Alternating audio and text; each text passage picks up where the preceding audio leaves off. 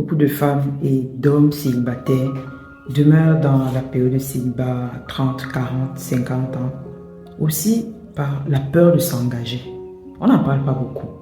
Généralement, on a peur de s'engager très souvent aussi à cause de ce qu'on voit tout le temps. Ceux qui sont sur les réseaux sociaux ou alors dans leur entourage le plus proche ou le plus lointain et autres sont tout le temps en train d'entendre parler des couples qui se séparent, des relations toxiques, des féminicides, des gens qui trompent, des gens qui sont infidèles, des gens qui ont investi dans une relation et finalement se sont retrouvés trahis, humiliés et autres. Il y en a tellement que il y a des personnes, des célibataires qui arrivent à croire inconsciemment que les couples heureux n'existent pas, que les gens bien n'existent plus, que on ne peut plus parler aujourd'hui de femmes loyales, d'hommes intègres, d'hommes fidèles. En parler même, c'est un peu limite si on ne va pas se moquer de toi quand tu diras moi je suis un homme fidèle, moi je suis une femme fidèle. C'est à la limite si on ne va pas te prendre pour quelqu'un d'anormal.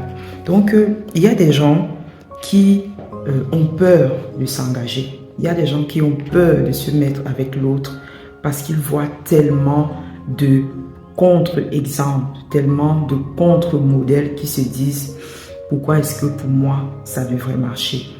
Ce qui est bien, les couples heureux sont très peu célébrés aujourd'hui parce que les gens ont peur du mauvais œil. Les gens ont très peur en fait que généralement ce qui marche est ce qui est le plus attaqué.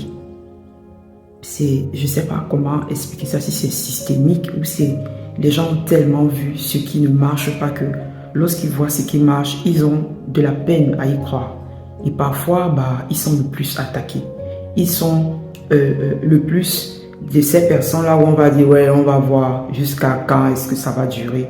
On va voir pendant combien de temps est-ce que ça va durer. Du coup, la plupart de ces personnes ont aussi peur de montrer leur bonheur. Ils ont peur de dire que ça marche pour moi. Ils ont peur de dire que moi j'ai rencontré quelqu'un de bien et voilà, je suis en train de vivre une relation saine, une relation équilibrée dans ma période de célibat. Et donc, indubitablement, ça va continuer dans la période de mariage. Les gens ont peur. Mais je voudrais aussi dire que parfois, ces personnes-là oublient que quand on considère tout le monde comme des personnes infidèles, quand on considère tout le monde comme des personnes déloyales, super matérialistes et autres, on a tendance à affirmer de manière inconsciente que les hommes bien n'existent pas, que les femmes bien n'existent pas. C'est faux. Les hommes bien existent, les femmes bien existent, l'amour vrai existe. La plupart sont simplement blessés. La plupart sont simplement trahis. La plupart ont tellement donné et qu'ils ont simplement peur de donner à nouveau. Mais c'est souvent important de se rappeler qu'une relation qui marche, c'est deux personnes qui s'investissent. Ce n'est pas une personne qui s'investit et puis l'autre est là comme le contrôleur en train de checker sur les listes, de valider une liste pour dire ouais, celui-ci est bon, celui-ci est moins bon, celui-ci n'est pas bon. Non, c'est deux personnes qui s'investissent. C'est deux personnes qui donnent de leur temps. C'est deux personnes qui se montrent vulnérables. C'est deux personnes qui font des compromis, des concessions. C'est deux personnes qui vont nous donner un peu de sacrifice pour que cette relation marche, pour que cette relation se construise, pour que cette relation mature, arrive au stade où on a envie de s'engager, on a envie de passer à l'étape supérieure. C'est deux personnes qui s'engagent. Une relation ne marche pas juste avec la volonté de l'autre ou avec l'amour de l'autre. Ça marche parce que deux personnes décident de cheminer ensemble et décident de construire quelque chose ensemble. Donc je voudrais encore une fois encourager les célibataires et leur dire que les gens bien existent, les hommes bien existent.